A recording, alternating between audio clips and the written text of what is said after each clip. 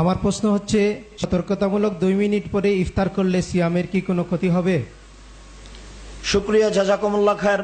অতীব জরুরি জিজ্ঞাসা।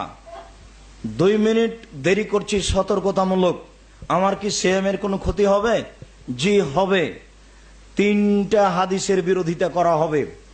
1, রাসূল সাল্লাল্লাহু আলাইহি ওয়াসাল্লাম বলেছেন, আমার উম্মত অতদিন কল্যাণে থাকবে যতদিন তাড়াতাড়ি ইফতার করবে। 2, আল্লাহ তাআলা বলেন, আমার সবচেয়ে প্রিয় বান্দা ওই যে তাড়াতাড়ি ইফতার করে। 3, তোমরা তাড়াতাড়ি ইফতার করো, দেরি করে ইফতার করা ইহুদি খ্রিস্টানের লক্ষণ। 2 মিনিট 1 মিনিট সতর্কতামূলক দেরি করা ইহুদিদের লক্ষণ।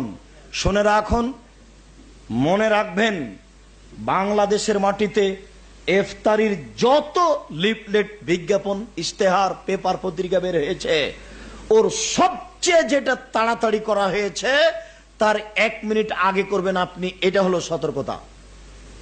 তাড়াতাড়িতে সতর্কতা, দেরিতে নয়। আমি বুঝাতে পারলাম না।